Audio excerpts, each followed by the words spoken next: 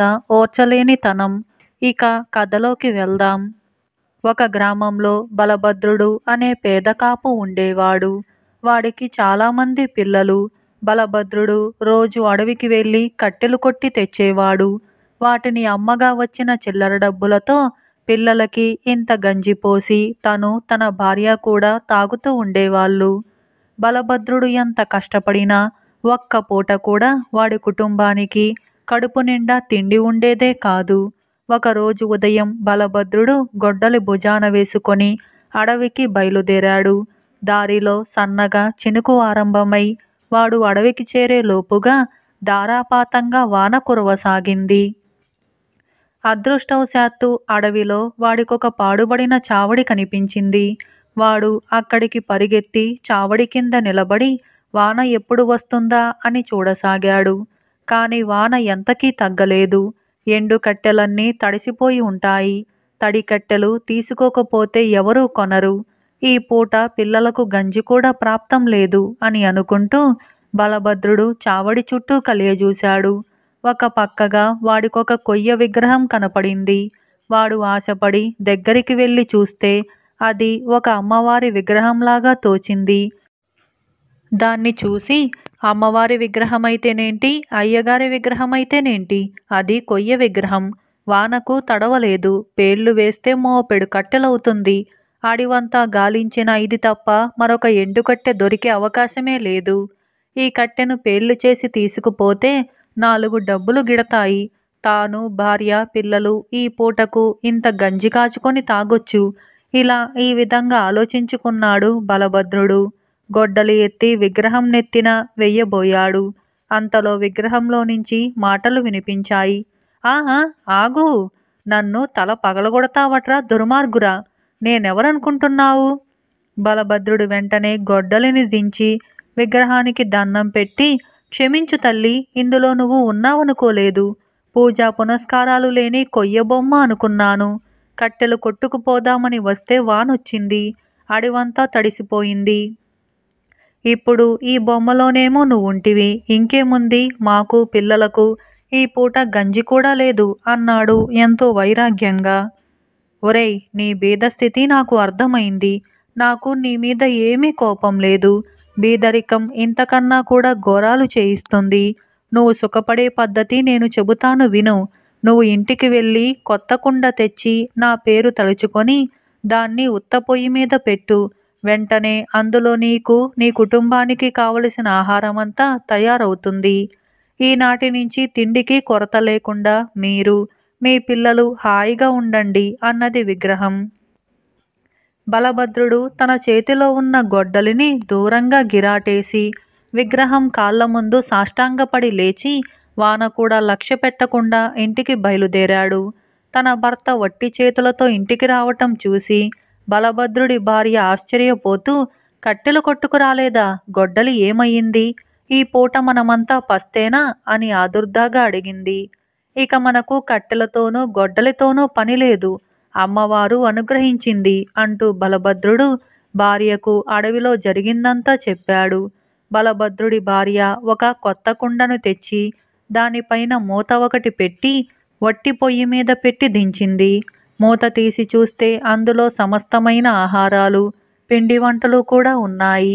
భార్యాభర్తలు, పిల్లలు కూడా తమ జన్మలో మొదటిసారి సుఖంగా భోజనం చేసి పడుకొని హాయిగా నిద్రపోయారు. అది మొదలు బలభద్రుడి కుటుంబానికి తిండి కొరత లేదు. వాళ్ళు పూటా షడ్రసోపేతంగా భోజనం చేస్తున్నారు. వాళ్ళు తినటమే కాక ఇరుగు పొరుగు వాళ్ళను పిలిచి వారికి కూడా ముష్టాన్న భోజనాలు పెడుతున్నారు. బలభద్రుడి ఇంటి పక్కనే ఇంకొక ఇల్లున్నది. ఆ ఇంటావిడ పేరు మండోదరి. జన్మలో ఎన్నడూ గంజి తప్ప ఎరుగని బలభద్రుడి కుటుంబం రోజు సుష్టుగా భోజనం చేస్తుండటం గమనించి మండోదరి, ఇదంతా ఉన్నవాళ్ళం మాకే సాధ్యం కాదు కదా, ఈ గర్భ దరిద్రులు రోజు పిండి వంటలు ఎలా చేసుకుంటున్నారు?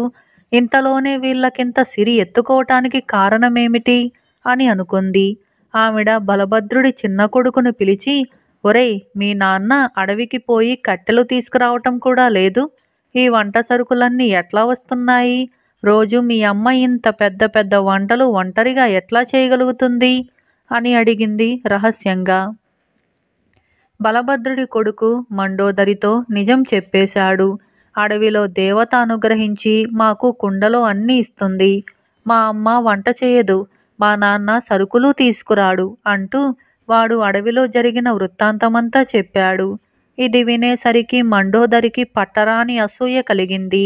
ఆవిడ తలకు గుడ్డ కట్టుకొని మూలుగుతూ మూల పడుకుంది. వంట చేయలేదు. అమ్మా, అన్నం పెట్టు అని పిల్లలు దగ్గరికి వస్తే వాళ్ళను తిట్టి కసిరి కొట్టింది. భోజనం వేళకు మండోదరి భర్త ఇంటికి వచ్చి పొయ్యి రాజేయకపోవటం చూసి ఏం జరిగింది అని అడిగాడు. ఏం జరిగిందా? దేశంలో అడ్డమైన వాళ్ళు దేవత అనుగ్రహం సంపాదించి పొయ్యి కూడా వెలిగించకుండా పంచభక్ష పరమన్నాలు మెక్కుతూ ఉంటే నేను రోజల్లా ఒళ్ళు విరుచుకొని అంతులేని చాకిరీ చేయవలసి వచ్చింది అన్నది మండోదరి. ఆవిడ ద్వారా విషయమంతా తెలుసుకొని మండోదరి భర్త అయితే నన్నిప్పుడేం చేయమంటావు అని అన్నాడు. ఇంకా అడుగుతావెందుకు? గొడ్డలి పట్టుకుపోయి అడవిలో ఉండే అమ్మవారిని తల పగలగొడతానని బెదిరించి వంటవరం పొందిరా, నేను ఇక మీదట వంట చేసేదే లేదు అన్నది మండోదరి చాలా కోపంగా.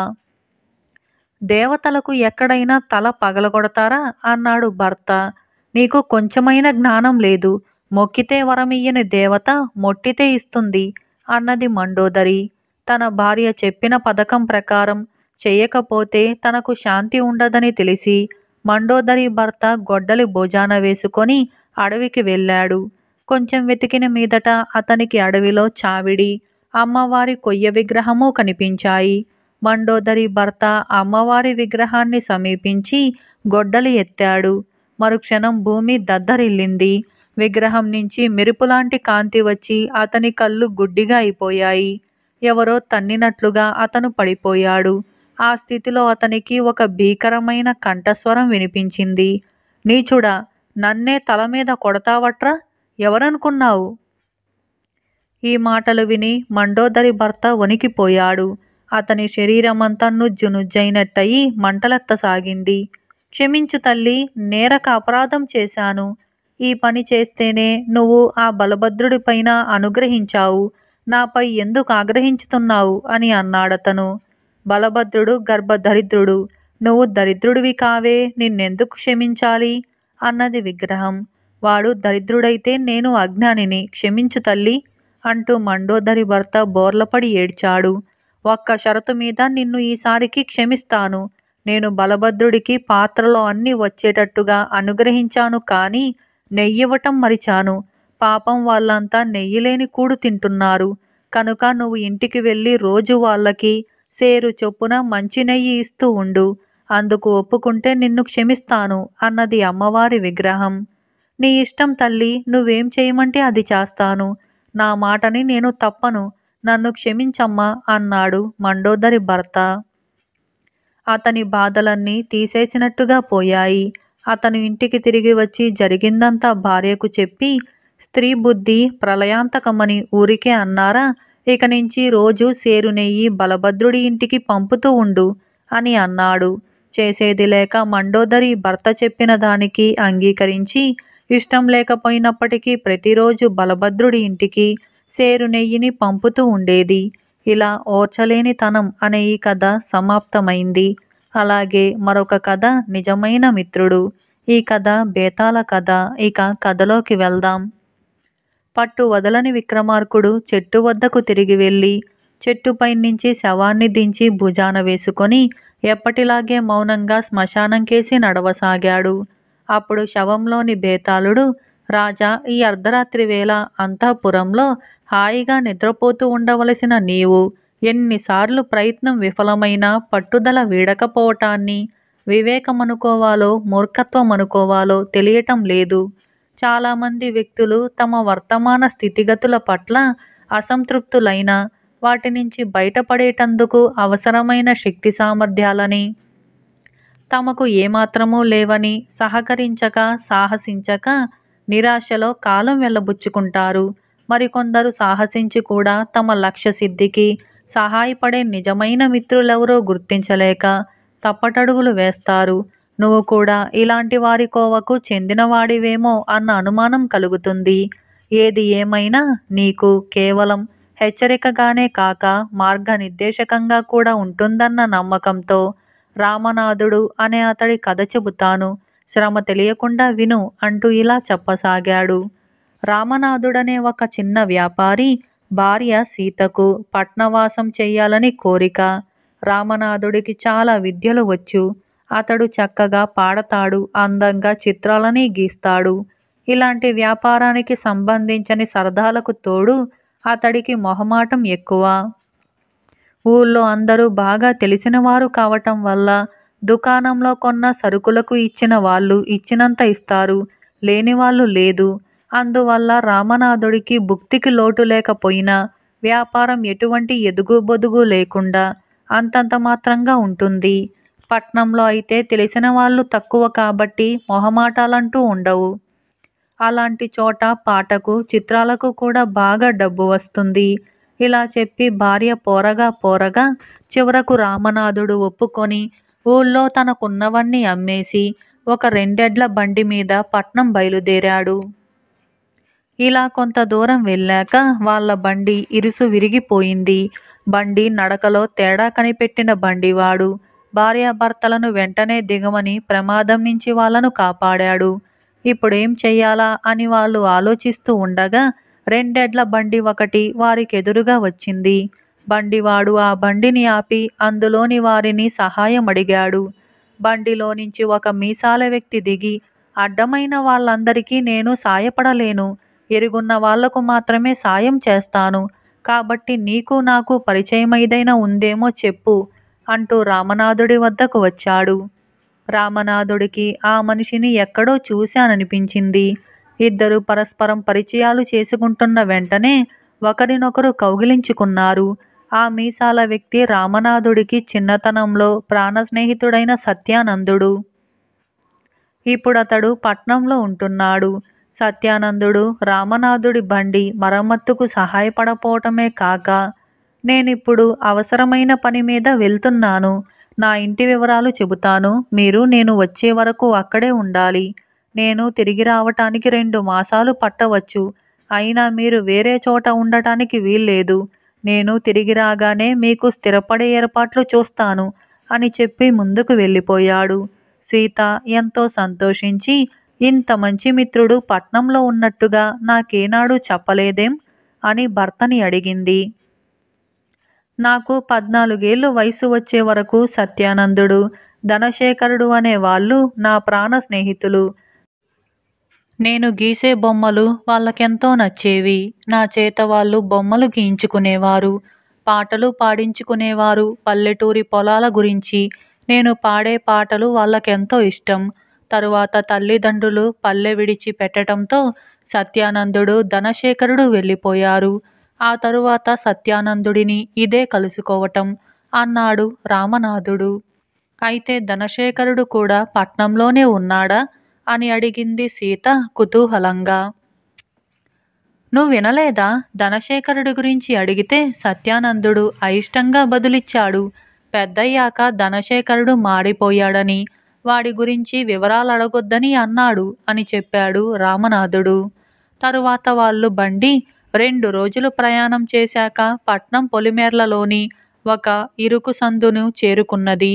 అక్కడ బళ్ళు ఎదురెదురుగా సాగలేవు. ఒక బండి దారికి అడ్డంగా ఆగి ఉంది. బండిలోని మనిషి ఒకడు కింద నిలబడ్డవాడితో అదే పనిగా మాట్లాడుతున్నాడు. ఇది చూసి రామనాథుడు తన బండివాడిని పంపాడు. బండివాడు ఎదుటి బండివాడితో సంగతి చెప్పగా వాడు, ఇది ధనశేఖరుడి గారి బండి, ఎంతసేపాగినా ప్రశ్నించటానికి లేదు. నీకంత అవసరమైతే పనుంటే ఆ పక్కన చుట్టుదారి ఉంది, వెళ్ళు అన్నాడు కోపంగా. బండివాడు తిరిగొచ్చి రామనాథుడికి జరిగింది చెప్పాడు. రామనాథుడు ఆ ధనశేఖరుడెవడో చూద్దామని వెళితే అతడు తన చిన్ననాటి స్నేహితుడు. ఇద్దరూ ఒకరినొకరు గుర్తుపట్టి సంతోషంగా కౌగిలించుకున్నారు. మాటల సందర్భంలో సత్యానందుడి ప్రసక్తి రాగా, వాడు ఈ పట్నంలోనే ఉంటున్నాడు, మంచి పలుకుబడి సంపాదించినా నాలాగా డబ్బు గడించలేదు, అందువల్ల వాడికి నేనంటే అసూయ అన్నాడు ధనశేఖరుడు. ఆ సమయంలో ధనశేఖరుడు ఒక ముఖ్యమైన పని మీద దూర ప్రాంతం వెళుతున్నాడు. కానీ చిన్ననాటి స్నేహితుణ్ణి కలుసుకున్న ఆనందంలో అతడా పనిని వాయిదా వేసుకోదలచి అంతవరకు కింద నిలబడి మాట్లాడుతున్న మనిషితో, నరసింహం, నేను బలభద్రుడికి నా ప్రయాణం వాయిదా వేసుకున్న విషయం చెప్పి వస్తాను. నువ్వు వీళ్లకు మనిల్లు చూపించు అని అన్నాడు. ధనశేఖరుడి బండి వెనుతిరిగింది. రామనాథుడి బండి ఆ బండి వెనకే నడిచింది. ఇరుకు సందు దాటిన తరువాత రెండు బళ్ళు చెరొక దారిలో వెళ్ళాయి. కొంత దూరం పోయాక రామనాథుడు భార్యతో, సత్యానందుడు అంత అభిమానంగా తన ఇంటికి వెళ్ళమని చెప్పాడు. ముందు వాడింటికే వెళదాం అన్నాడు సంతోషంగా. అందుకు సీత, చాల్లేండి, ఆయన పని మీద పోతూ కనిపించావు కదా అని తన ఇంటికి వెళ్ళమన్నాడు. నీకోసం ఉన్న పని మానుకొని తిరిగి వస్తున్నాడు ధనశేఖరుడు. మనం ధనశేఖరుడింటికే వెళదాం అని అన్నది. రామనాథుడు ఇంకేమీ అనలేక ఊరుకున్నాడు. నరసింహం వాళ్లకు ధనశేఖరుడిల్లు చూపించి, ఆయన మీకు ఇల్లు చూపించమన్నాడే తప్ప లోపలికి తీసుకెళ్ళమని అనలేదు. చెప్పిందానికి అదనంగా ఏం చేసినా ఆయనతో మాట వస్తుంది అని వెళ్ళిపోయాడు. అతడి ప్రవర్తనకు ఆశ్చర్యపడుతూనే రామనాథుడు భార్యను వెంటబెట్టుకొని ఇంద్రభవనంలాగా ఉన్న ఆ ఇంటి ఆవరణలో అడుగు పెట్టాడు. ఇంటి గుమ్మం వద్ద కాపలావాడు వాళ్ళ వివరాలడిగి తెలుసుకొని లోపలికి వెళ్ళాడు. కొద్దిసేపటి తరువాత ధనశేఖరుడి భార్య కామాక్షి బయటికి వచ్చి, అయ్యా, మీరెవరో నాకు తెలియదు. పట్నంలో మా వారికున్న పేరు అంతా ఇంతా కాదు. అందువల్ల స్నేహితులమంటూ మా ఇంటికి ఎందరో వచ్చిపోతూ ఉంటారు. అలాంటి వారిలో కొందరు అదును చూసుకొని దొంగతనాలు చేశారు. కనుక మీరు వారింటికి వచ్చేదాకా బయటనే ఉండాలని కోరుతున్నాను. మీరు వారి స్నేహితులే అయితే నా తప్పుకు క్షమాపణ చెప్పుకుంటాను. అన్యథా భావించకండి అని అన్నది. రామనాథుడికి తల తీసేసినట్లయింది. ఆయన కామాక్షితో, అమ్మా, మీ వారు మరీ మరీ చెప్పటం వల్ల ఇలా వచ్చాను. లేకపోతే నా మిత్రుడు సత్యానందుడింటికే సరాసరి వెళ్ళి ఉండేవాణ్ణి అని అన్నాడు. ఆ జవాబు విని కామాక్షి ఆశ్చర్యపడి, సత్యానందుడి మిత్రులెవరు? మా వారికి మిత్రులు కాలేరు.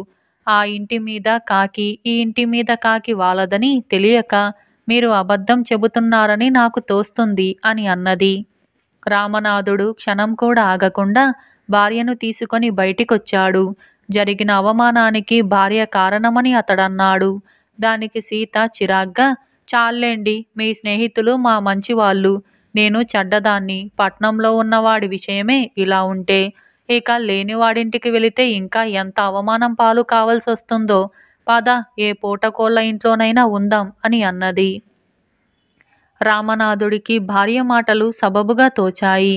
వాళ్ళు ఒక పూటకోళ్ళ ఇంటికి వెళ్ళారు. పూటకోళ్ళ ముసలావిడ వాళ్ళ వివరాలడిగి తెలుసుకొని, అయితే మీది సత్యానందుడి ఊరన్న మాట, మీరిక్కడ ఉండటానికి వీల్లేదు అని అన్నది. రామనాథుడు కోపంగా, సత్యానందుడి ఊరి వాళ్ళకి పట్నంలో పూటకోళ్ళింట్లో కూడా చోటుండదా అని అడిగాడు. దానికి ముసలావిడ, బాబు, నా ఉద్దేశం అది కాదు. సత్యానందుడెంతో మంచివాడు. నేను కష్టాల్లో ఉన్నప్పుడు ఆ బాబు ఆదుకోకపోయినట్లయితే నేనేమైపోయేదాన్నో. తన ఊరి వాళ్ళెవరొచ్చినా తన ఇంట్లోనే ఉండాలి తప్ప పూటకోళ్ళ ఇళ్లల్లో ఉండకూడదని అంటాడా బాబు. ఇప్పుడు తమరు నా ఇంట్లో ఉంటే తరువాత ఆ బాబు నన్ను క్షమించడు అంటూ రామనాథుడు వారు ఇస్తున్నా వినకుండా ఒక మనిషి చేత సత్యానందుడింటికి కబురు పంపింది. కాసేపటికి సత్యానందుడి భార్య జలజ అక్కడికి వచ్చి, అయ్యో రామనాథం అన్నయ్య, నీ గురించి నా భర్త చెప్పగా ఎన్నో విన్నాను. పల్లెటూరి పొలాల గురించి నువ్వు పాడే పాటలు ఆయన రోజూ తలుచుకుంటారు. చిన్నప్పుడు నువ్వు గీసిన బొమ్మలు చాలా దాచుకున్నాడాయన. నిన్ను చూడాలని ఎంతకాలం నుంచో అనుకుంటున్నాడు. నీ కుడి బుగ్గ మీద మచ్చకు కారణం ఆయన కొట్టిన దెబ్బట. అవునా? అది తలుచుకొని ఇప్పటికీ బాధపడతాడాయన. నువ్విక్కడున్నావేమిటి? మీరిద్దరూ మా ఇంటికి రావలసిందే అని అన్నది. రామనాథుడు, సీత సత్యానందుడింటికి వెళ్ళక తప్పలేదు. కొంతసేపటికి రామనాథుడిని తనింటికి రావలసిందిగా ధనశేఖరుడు నరసింహం ద్వారా కబురంపాడు. రామనాథుడు వెళ్ళాడు. ధనశేఖరుడు జరిగిందానికి బాధపడుతూ, రామనాథ, నాకు ఆ సత్యానందానికి బద్ధ వైరం. అందువల్లనే నేను స్వయంగా వాళ్ళింటికి రాలేకపోయాను.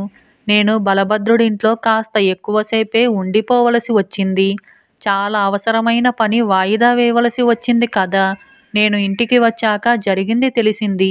ఎంతో బాధపడ్డాను. కొన్నాళ్ళు పోతే ఇందులో మా తప్పేం లేదని నువ్వు తెలుసుకుంటావు.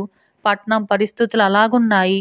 ఏది ఏమైనా నేను, నా భార్య మన్నించమని వేడుకుంటున్నాం. నువ్వు సతీ సమేతంగా మా ఇంటికొచ్చి ఉండాలి. నేను డబ్బు సంపాదించే మార్గాలన్నీ నీకు నేర్పి నిన్ను నా అంతటి వాణ్ణి చేస్తాను అని అన్నాడు. నీ అభిమానానికి కృతజ్ఞుణ్ణి. కానీ నేను సత్యానందుడింట్లోనే ఉంటాను అన్నాడు రామనాథుడు. ధనశేఖరుడు శతవిధాలా బ్రతిమాలాడు. చివరకు సత్యానందుడితో కలిస్తే తనతో విరోధం రాగలదని బెదిరించాడు. రామనాథుడు దేనికి చలించకుండా సత్యానందుడింటికి తిరిగి వెళ్ళాడు. బేతాళుడు ఈ కథ చెప్పి, రాజా, ధనశేఖరుడు చెప్పిన దాన్ని బట్టి అతడు కావాలని రామనాథుణ్ణి అవమానించలేదని తెలుస్తూనే ఉంది కదా. అంత గొప్ప సంపన్నుడు రామనాథుణ్ణి క్షమించమని కోరటం ఎంతో ఉదాత్తమైన విషయం. రామనాథుడు ధనశేఖరుడు కోరినట్టుగా అతడి ఇంట ఉంటే అతడి సహాయంతో లక్షలార్జించగలిగేవాడు. అతడు పట్నం వచ్చిన లక్ష్యం సిద్ధించేది. కాని అతడు తనకు నిజమైన మిత్రులెవరో గుర్తించలేక వచ్చిన మంచి అవకాశాన్ని చేజేతులా జారవిడుచుకోవటం మూర్ఖత్వమే కదా. ఈ సందేహాలకు సమాధానం తెలిసి కూడా చెప్పకపోయావో నీ తల పగిలిపోతుంది అని అన్నాడు. దానికి విక్రమార్కుడు, పల్లెలో కంటే పట్నంలో తన సమర్థత ఎక్కువగా రాణించగలదని రామనాథుడు పల్లె విడిచి పట్నం బయలుదేరాడు. అతడికి ముందుగా పట్నంలో తన మిత్రులిద్దరూ చాలా ప్రముఖ వ్యక్తులన్న సంగతి తెలియనే తెలియదు. అంటే రామనాథుడు తన స్వశక్తిని నమ్ముకొని పల్లె విడిచాడన్నమాట. మార్గం మధ్యలో ఒకరి తరువాత ఒకరుగా మిత్రులు తారసపడటం అంతా కాకతాళీయం. ఇక సత్యానందుడు, ధనశేఖర్లలో రామనాథుడికి ఎవరు నిజమైన మిత్రులన్న సంగతి, ధనశేఖరుడికి రామనాథుడి పట్ల స్నేహభావమున్నమాట నిజమే. కానీ అది అతన్ని చూసినప్పుడే ధనశేఖరుడికి స్ఫురిస్తుంది. అతడు తన భార్యకు ఏనాడు తన బాల్యమిత్రుడైన రామనాథుణ్ణి గురించి చెప్పనే లేదు. సత్యానందుడు అలా కాదు. అతడు రామనాథుణ్ణి గురించి ఎంతో వివరంగా తన భార్య జలజకు చెప్పాడు. అంతేకాక పూటకూళ్ళమ్మకు కూడా తను పుట్టి పెరిగిన పల్లె గురించి ఎంతో అభిమానంగా చెప్పుకున్నాడు. అలాంటి ఉత్తముడితో ధనశేఖరుడు విరోధం పెట్టుకున్నాడు. ఇవన్నీ తెలిసిన తరువాత రామనాథుడు ధనశేఖరుణ్ణి నమ్మకపోవటంతో ఆశ్చర్యపడవలసిందేమీ లేదు. ఈ కారణాల వల్ల రామనాథుడు తన మిత్రులిద్దరిలో ఎవరు నిజమైన మిత్రులో గ్రహించదలిచాడు. అతడు ధనశేఖరుణ్ణి కాదని సత్యానందుడి ఇంట ఉండేటందుకు నిర్ణయించుకోవటం మూర్ఖత్వం అనిపించుకోదు అని అన్నాడు. రాజుకు ఈ విధంగా మౌనభంగం కలగగానే బేతాళుడు శవంతో సహా మాయమై తిరిగి చెట్టెక్కాడు. ఇలా నిజమైన మిత్రుడు అనే ఈ కథ సమాప్తమైంది. ఈ కథ ఆధారం వసుంధర రచన, రమణమ్మ గెలుపు. ఈ కథను రాసిన వారు రాంబాబు. ఇక కథలోకి వెళ్దాం. సోమయ్య అనే అతనికి రమణమ్మ అనే యువతితో కొత్తగా పెళ్ళయింది. ఉద్యోగరీత్యా సోమయ్య రమణమ్మతో పేరవరం అనే ఊరిలో కాపురం పెట్టవలసి వచ్చింది. పేరవరం ఊరంతా ఎంత తిరిగినా ఇద్దరికి అద్దెకుగాను ఒక్క ఇల్లైనా దొరకలేదు. వాళ్లకు ఊరి చివర తాళం వేసి ఉన్న ఒక అందమైన భవంతి కనిపించింది. దాన్ని గురించి ఊరి వాళ్లను ఆరా అడిగితే అది ధనయ్య అనే ఒక వ్యాపారిదని చెప్పారు. అయితే ఆ ధనయ్య ఇప్పటికీ ఎన్నో ఏళ్ల కిందట ఒక పడవ ప్రమాదంలో కుటుంబంతో సహా మరణించాడు. అప్పటి నుంచి ఆయన పిశాచ రూపంలో అక్కడే తిరుగుతున్నాడు. ఎవరైనా మొండిగా ఆ ఇంట చేరితే భయపెట్టి పారిపోయేలా చేస్తున్నాడు. ఊరి వాళ్ళు చెప్పిందంతా విని సోమయ్య దిగాలు పడిపోయి, నాకసలే భూతాలన్నా పిశాచాలన్నా చచ్చేంత భయం. ఈ ఇల్లు మనకొద్దులే అన్నాడు భార్యతో విచారంగా. నాకలాంటి వాటిల్లో నమ్మకం లేదు. నిజంగా ఉన్నా భయపడను. ఈ ఇంట్లో అయితే మనం అద్దె కూడా ఇవ్వవలసిన అవసరం లేదు. ఆ పిశాచం సంగతి నేను చూసుకుంటాను అన్నది రమణమ్మ. సోమయ్య చేసేది లేక రమణమ్మ మాటకు సరేనన్నాడు. ఆ ఇంటి తాళపు చెవి గురించి అడిగితే దాని సంగతి మాకెవరికీ తెలియదని చెప్పి, కావాలనుకుంటే తాళం బద్దలు కొట్టినా మాకెలాంటి అభ్యంతరం లేదన్నారు. ఊళ్ళో వాళ్ళు. ఇది బాగానే ఉన్నదనుకొని సోమయ్య, రమణమ్మ తాళం బద్దలు కొట్టి ఇంటి లోపలికి ప్రవేశించారు.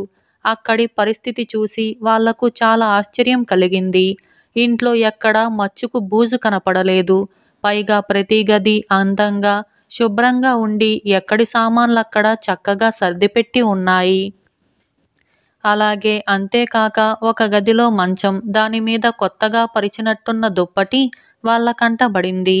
అది చూసి సోమయ్య వణుకుతూ, ఇల్లు ఉన్న తీరు చూస్తే నిజంగానే దనయ్య పిశాచి రూపంలో ఇంటి లోపల తిరుగుతున్నాడని తేలిపోతుంది అని అన్నాడు. సోమయ్య అలా అనగానే, అవును, ఆ దనయ్యను నేనే.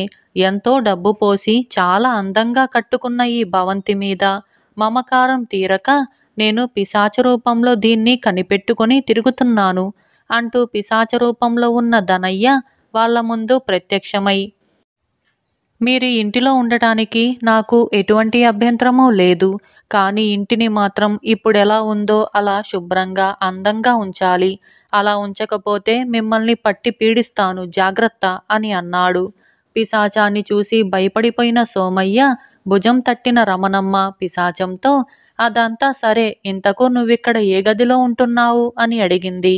పిశాచం రమణమ్మకు తానుండే గది చూపించి ఆ గదిలో మాత్రం అడుగు పెట్టొద్దని హెచ్చరించింది.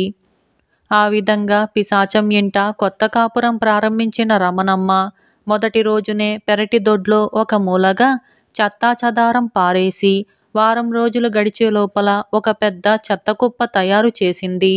ఇది చూసిన దనయ్య పిశాచం ఆ చెత్తనంతా ఎత్తి వీధిలో పడవేయమని బెదిరించింది. అయినా రమణమ్మ ఆ బెదిరింపులను లెక్క చేయకపోగా ఇంట్లో కూడా ఎక్కడి తుక్కు అక్కడే వదిలేసి గదులన్నింటినీ అపరిశుభ్రంగా ఉంచసాగింది. ఇది గమనించిన సోమయ్య రమణమ్మతో, నువ్విలా చేస్తుంటే ఆ పిశాచం ఏనాడో మనిద్దరి పీకలు నులుముతుంది. ఇంటిని కాస్త శుభ్రంగా ఉంచడం నేర్చుకో అని అన్నాడు. రమణమ్మ అందుకు చిరాకు పడుతూ, ఏం చేయమంటారు, చిన్నప్పటి నుంచి నాకు పని బద్ధకం అని అనేసింది. క్రమంగా పెరట్లో వేసే తుక్కు, చెడిపోయిన కూరగాయలతో చెత్త పోగు చేసి బాగా పెరిగి కుళ్ళిపోయి ఆ వాసన ఇంట్లోకి రాసాగింది. ఒకనాటి అర్ధరాత్రి పిశాచం నిద్రపోతున్న రమణమ్మ మంచం పట్టె మీద కూర్చొని గట్టిగా అరిచి, ఒసై, ఇంట్లో నువ్వు అడుగు పెట్టినప్పుడే నేను చెప్పాను కదా ఒసై, నువ్వింట్లో అడుగుపెట్టినప్పుడే నేను చెప్పాను కదా, ఇంటిని అపరిశుభ్రంగా ఉంచితే నాకు కోపం వస్తుందని. దొడ్లో నువ్వు పోగు పెడుతున్న చెత్తాచెదారం కుళ్ళిన వాసనతో నా ముక్కు బద్దలవుతుంది. ఈ క్షణమే నిన్ను చంపేయబోతున్నాను అని అన్నది. ఆ మాటలకు రమణమ్మ ఏమాత్రమూ చలించకుండా పిశాచాన్ని మంచం మీద నుంచి కిందికి తోసేసి, పిశాచాలు మనుషుల్ని భయపెట్టగలవు కానీ వాటికి మనుషుల్ని చంపటానికి అవసరమైన బలం ఉండదని నాకు తెలుసు. నువ్వు నన్నేమీ చేయలేవు అంటూ లేచి గోడవారగా ఉన్న చీపురు కట్టను చేతిలోకి తీసుకుంది. పిశాచం కీచుకీచుమంటూ అరిచి దూరంగా పోయి, సరే, ఇక నీ జోలికి రాను. ఇంటిని పెరటిని నీకిష్టమైనంత అశుభ్రంగా ఉంచుకో. నా గది జోలికి మాత్రం రాకు అని అన్నది. అర్ధరాత్రి వేళ బంగారం లాంటి నిద్ర పాడు చేశావు. నీ గది సంగతి రేపాలోచిస్తాను పో అంటూ నిద్రలోకి జారుకుంది రమణమ్మ. ఆ మర్నాడు ఉదయాన్నే లేచి రమణమ్మ పెరట్లో ఉన్న చెత్తపోగులోంచి కొంత చెత్త తెచ్చి దాన్ని పిశాచముండే గది నిండా చిమ్మింది. వెంటనే పిశాచం వణుకుతూ గదిలో ఒక మూల నిలబడి, అమ్మా తల్లి రమణమ్మ, నీ అశుభ్రం మూలంగా నాకీ ఇంటి మీద మమకారం పోయింది. నువ్వే గెలిచావు. నేనిప్పుడే పోయి ఇక్కడికి దాపులో ఉన్న అడవిలో ఏ చెట్టు మీదో కాలం వెళ్ళబుచ్చుతాను. అయితే తల్లి, నాదొక చిన్న మనవి. ఇంటిని కాస్త శుభ్రంగా ఉంచటం నేర్చుకో. అలా కాకపోతే నీ అశుభ్రానికి నీ భర్త కూడా ఎప్పుడో నిన్ను వదిలి పారిపోతాడేమో. అలా ప్రమాదం కూడా ఉంది, జాగ్రత్త అని అడవికేసి వెళ్ళిపోయింది. ఆ రోజు సాయంత్రం సోమయ్య పని నుంచి ఇంటికి రాగానే రమణమ్మ ఉత్సాహంగా అతడితో జరిగిందంతా చెప్పింది. సోమయ్య అంతా విని కోపంగా, రేపటి నుంచైనా ఇంటిని కాస్త శుభ్రంగా ఉంచు, లేకపోతే పిశాచం చెప్పినట్టుగా నిన్నొదిలి నేను మరెక్కడికైనా పారిపోవలసి వస్తుంది అని అన్నాడు. రమణమ్మ ముఖం ముడుచుకొని, నాకు పని బద్ధకమని ఎప్పుడో చెప్పాను. పిశాచాన్ని వదిలించుకోవటంలో కాస్త మితిమీరాను కానీ రేపటి నుంచి ఇంటిని శుభ్రంగా ఉంచుతాను అని అన్నది. అదిగో పిశాచం, అన్నిసార్లు చెప్పినా నేను ఇంతగా చెబుతున్నా నీలో ఇంకా ఆ బద్ధకపు బుద్ధి అలాగే ఉండిపోయింది. రేపట్నుంచి కాదు, ఇవాల్టి నుంచే ఇంటిని శుభ్రంగా ఉంచు అన్నాడు సోమయ్య నవ్వుతూ. రమణమ్మ కూడా ఆ మాటలకు సోమయ్యతో పాటు నవ్వింది. ఇలా రమణమ్మ గెలుపు అనే ఈ కథ సమాప్తమైంది.